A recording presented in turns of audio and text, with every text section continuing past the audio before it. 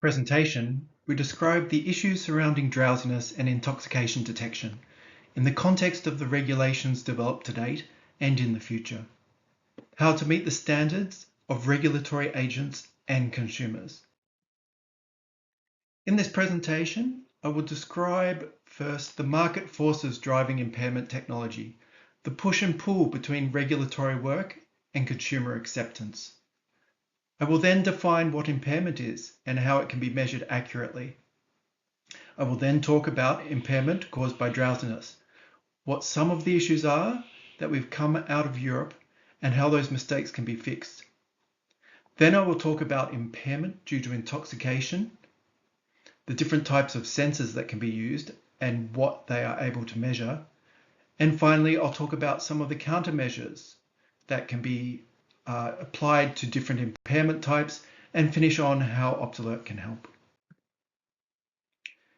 There are two market forces driving impairment technology today. The regulators in GSR in Europe were a major force in driving the automotive industry to start to address the critical aspect of accidents and deaths caused by drowsy driving. The regulators focused on ensuring that an impaired driver is always alerted, that is, the system sensitivity. However, the customer, in addition, wants a car that only alerts them when necessary. If unimpaired, they want to remain undisturbed, and that is specificity.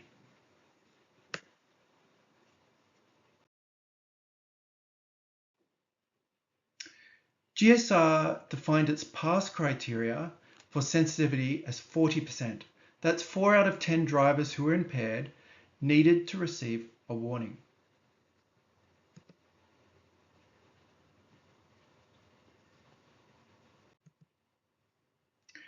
However, they did not make any requirements around specificity. So automotive manufacturers erred towards sensitivity and in many cases failed to produce systems that high enough specificity. Now this has led to strong market pushback. To comply with GSR, you could have a system that warns the driver on every drive that they are at risk of falling asleep. It would have 100% sensitivity, 0% specificity, and would pass GSR with flying colors. Systems can trade off sensitivity and specificity, so the OEMs and Tier 1s optimize for sensitivity and sacrifice specificity.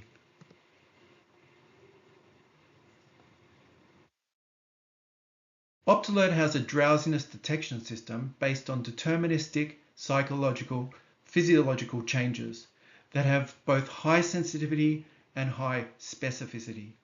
Our technology predates GSR and has been heavily used in mining vehicles, heavy vehicles for over 20 years, and is now has consumer passenger vehicles on road in Europe and in the Middle East.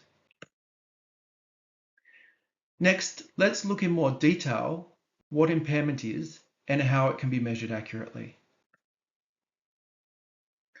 Impairment leads to an increase in the risk of accident due to human errors, and it is measured by quantifying the reduction in objective performance at a given task. Impairment to BAC studies, done extensively in the USA, led to relative risk curves based on BAC.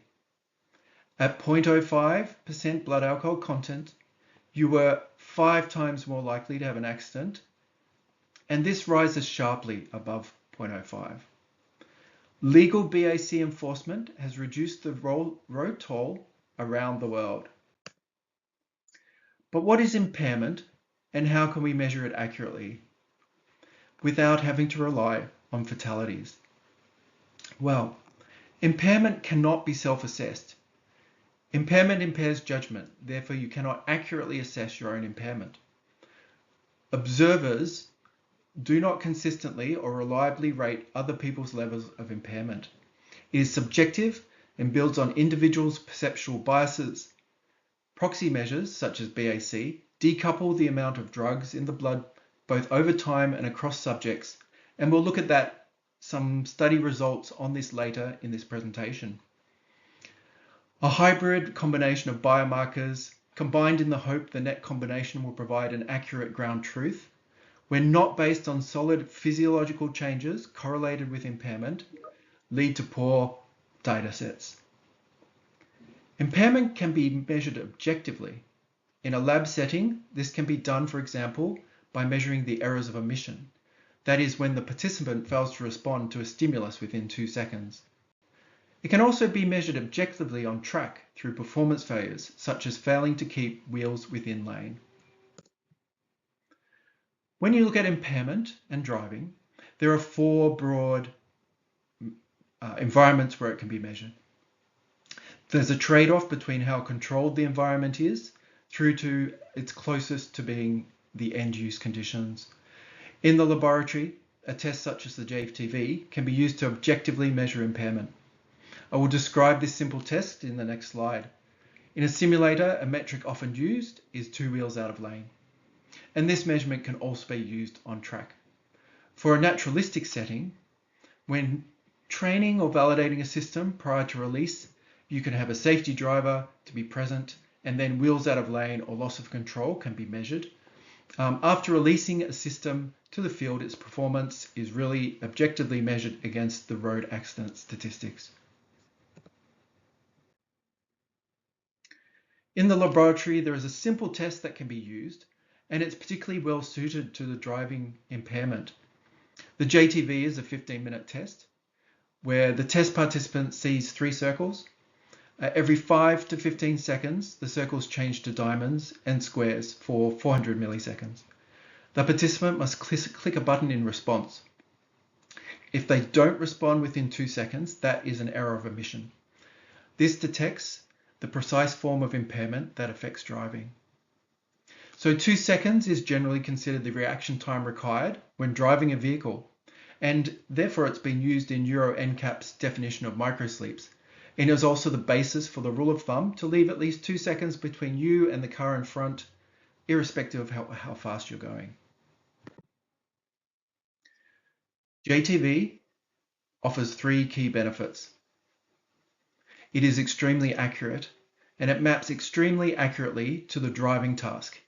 If a participant fails a JTV, they are unfit to drive.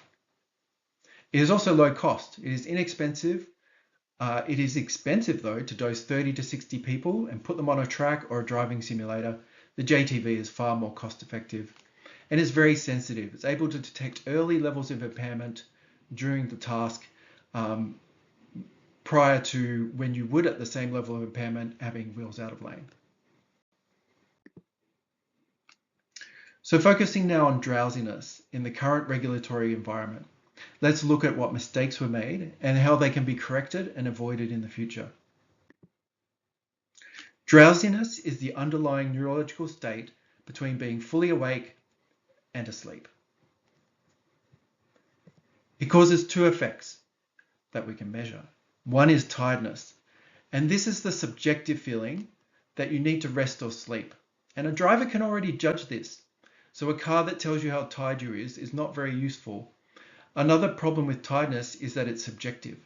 And because it's based on a feeling, it is inherently subjective and therefore depends on the individual's opinion. The KSS is an example of a scale that measures tiredness. Whereas impairment is the increased risk of making a mistake while driving. This is very difficult for people to self-assess. And that's why 20 to 30% of accidents occur due to drowsiness. You cannot judge when you would have a microsleep or when you are entering a state that has heightened risk. But this is what we want to measure and prevent. We've had examples of people who have been sleep deprived for over 36 hours and they're extremely tired, but they're able to continue driving safely. They are tired but not impaired. We have people who self-report they are not tired, yet their impairment is high. And this is the particularly dangerous situation where fatalities occur. So this driver felt, maybe last week they felt like this and they were fine. This week, I feel the same way, but in fact they are highly impaired and a fatal accident occurs. GSR was a landmark regulation in the European Union that has brought drowsiness into everyday passenger vehicles. However, there are 2 deep flaws in the original proposal. The KSS was selected as the default ground truth.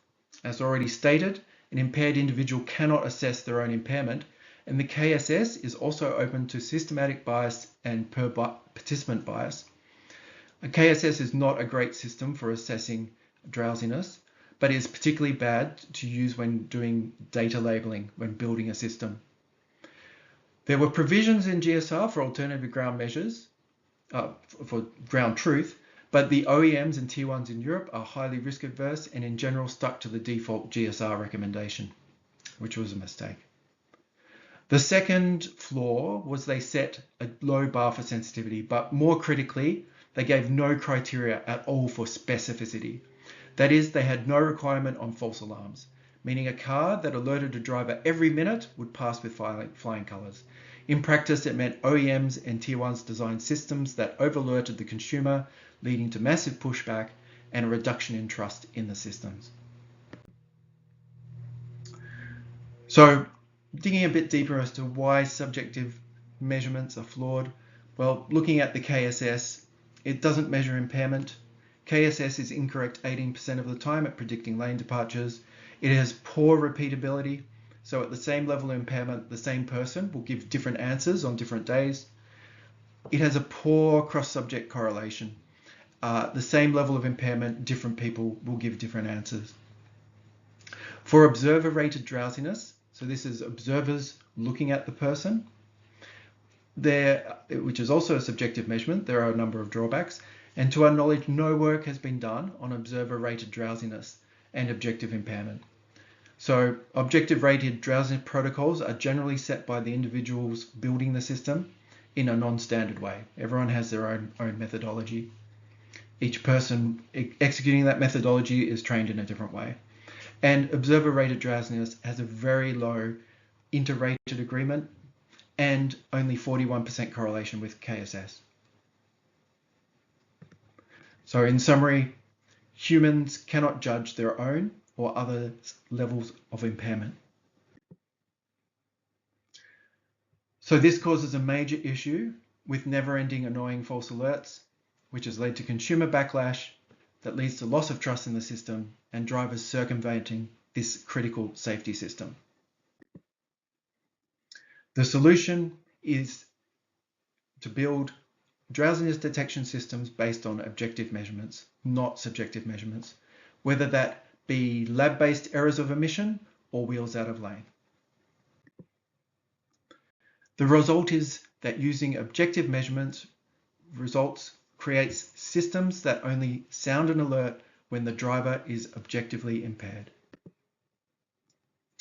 A key way to look at this is if I'm driving a car and a car approaches from the opposite direction, I don't care if the driver says they feel tired, but I do care if they veer into my lane. So now let's focus on intoxication. How can in-cabin sensors detect impairment due to alcohol? Like drowsiness, the major impairment is in the form of degradation in psychomotor vigilance. That is, a failure to respond to its stimulus. For example, failing to see a stop sign or a car turning in front of you. Relatively easy to objectively measure, so psychovigilance can be done in a lab such as the JTV or lane departures in vehicles. A second form of impairment caused by alcohol is the reduction in inhibition, which can lead to increased risk-seeking and aggressive behavior. This is more difficult to measure in a lab. Alcohol also causes other forms of impairment, such as reduction in spatial awareness, reduction in cognitive ability, for example, being able to multitask. Alcohol also has an initial stimulatory effect and then a sedative effect, and also can cause a loss of coordination or balance. So alcohol impairment is definitely multifaceted. Optalert conducted a study with 30 participants that were tested over an 8-hour period. The baseline measurement of impairments were taken prior to ingesting alcohol in quantities that would increase their BAC to above 0.08 based on their biology. Their blood alcohol content was measured every 20 minutes and their impairment measured every hour until they returned to the baseline. Participants were recorded using two iPhone cameras as shown in the pictures. One was in the center where, say, a dashboard camera would be, or a steering column, central column, and the other was in the top right where the rear view mirror might be located. Videos were processed to extract facial landmarks and calculated eyelid opening signals, and the participants also did a JTV.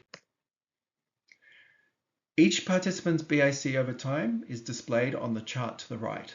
Participants differ in both time to reach peak BAC and also the time it takes them to metabolize the alcohol and return to a baseline. So the results were standardized with respect to time. And this is what they look like. And when you plot them, what you see is that the normalized shows an average time of 1.5 hours to when we get the peak, or 25% of the full base to baseline, baseline to baseline. And this allows us to see average trends across participants. When looking at impairment and BAC, we see that BAC peaks at 90 minutes, but impairment peaks after 5 hours. So that's 5 hours after alcohol consumption. And even in participants who were below the legal alcohol limit. So this has a major implication on road safety. And that is, after drinking alcohol, drivers remain significantly impaired for hours, even when they fall back under the legal limit. We developed a model solely from the eyelid signals captured by the camera. The ground truth was impairment, not the BAC. And this results in a model achieving an area under the curve of 0.84. And this is an extremely good result in biological measurements and is part of our product offering. Our conclusion is that cameras detect impairment well, but not BAC. BAC is the amount of blood in your alcohol in your blood. It causes future impairment. It's measurable in blood and breath as a proxy. It's best detected with breath and touch-based sensors, and there's no countermeasure. It reduces over time. Whereas impairment is the increase in likelihood of a driver error. It can be caused by past BAC. It's measured in observable behavior, such as the eyes and eyelid movements, head movements, facial expressions, and that is best measured with image-based sensors. Many countermeasures are possible, such as increasing airflow, alerts, or ADAS interventions. So in summary, vision-based DMS is ideal for detecting impairments due to alcohol, but it will never accurately detect BAC. For countermeasures against impairment, we group these into three categories. There's the hard countermeasures, the soft countermeasures, and lifestyle changes. A hard countermeasure is direct intervention with the vehicle or the driver. That could be a loud alert to rouse the driver, or the vehicle ADAS takes control. A soft countermeasure includes changing the cabin environment, such as lowering the temperature, increasing ventilation, maybe making the driving task different or more engaging, or connecting them with a friend or support staff. A number of the soft countermeasures would be not cognitively perceived by the driver. The goal is to prolong their time in this state. The third level of change is lifestyle changes, and if trends are detected over time, so extended periods of time, it may be that the driver has an underlying medical condition, such as sleep apnea, or they may be particularly susceptible at certain times of days and therefore could change their driving schedule or sleep schedule if possible.